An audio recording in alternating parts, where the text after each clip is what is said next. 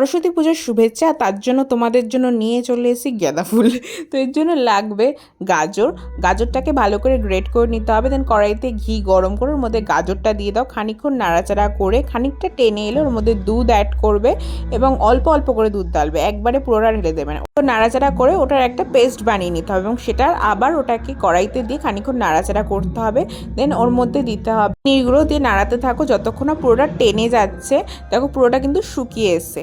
এরপর আমাদের ভেতরের পুরের জন্য প্রথমে নারকেল, তার মধ্যে গুড় দিয়ে নাড়াচাড়া করে ড্রাই ফ্রুটস দিতে হবে। দেন তারপর একটা গোটা খোয়া ক্ষীর দিয়েছে, ওটাকে ভালো করে মিশিয়ে নাও, দুটো এলাচ দিয়ে দাও, ছোট ছোট বল আকারে গড়ে নাও গরম থাকা অবস্থাতে, ঠান্ডা হওয়ার পরে কিন্তু গোল হবে না। আর আমাদের ওই গাজরের যে এটা আমরা বানিয়েছিলাম ওটাকে খানিকক্ষণ হাতের সাহায্যে ঠেসে ঠেসে মেখে নাও, যেভাবে আটা মাখি আমরা। এরপর ওটার একটা বল বানিয়ে ওটার বাটি আকারে ঘুরে ভেতরে ওই নারকেলের বলগুলো দিয়ে দিতে হবে। এরপর তোমরা গোলও রাখতে পারো বা শেপ দিতে পারো। সরস্বতী ঠাকুরের বাসন্তী কালারের গাঁদা ফুল পছন্দ বলে মা এখানে গাঁদা ফুল আঁকার চেষ্টা করেছে, যেটার জন্য প্রথমে দুই আঙুল দিয়ে প্রথমে চেপে চেপে একটুখানি বাইরের দিকে বার করে নিয়ে কাঁটা চামচ দিয়ে ডিজাইনটা করেছে, যেটা খানিকটা দেখতে বাসন্তী কালারের গাঁদা ফুলের মতো লাগছে। এরপর এটাকে ভাবে বসিয়ে দিতে হবে 15 মিনিট মতন। দেখো অলরেডি কিন্তু ফেটে ফেটে গেছে, মানে এটা প্রপার রেডি হয়ে গেছে। গরম গরম অবস্থাতে অসাধারণ লাগছিল খেতে। বাড়িতে অবশ্যই বানিও। দেখা হবে নেক্সট ভিডিওতে। টাটা।